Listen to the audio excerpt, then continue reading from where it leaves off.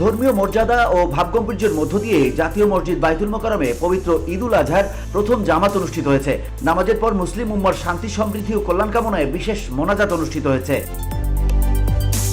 এই জামাতে ইমামতির দায়িত্ব পালন করেন যাত্রাবাড়ি তামিরুল মিল্লাত কামিল মাদ্রাসার অধ্যক্ষ ডক্টর খলিলুর রহমান মাদানী। মুকাব্বির হিসেবে দায়িত্ব পালন করেন বাইতুল মোকাররম মসজিদের খাদেম মোহাম্মদ আব্দুল হাদি।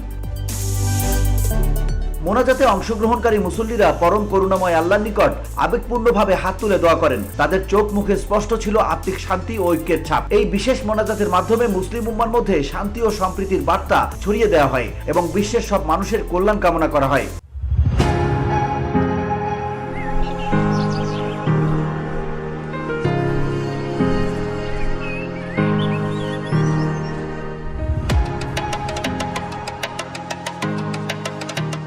প্রতিবারের মতো এবারও জাতীয় মসজিদ বাইতুল মোকাররমে ঈদুল আজহার 5টি জামাত আয়োজন করা হয়েছে।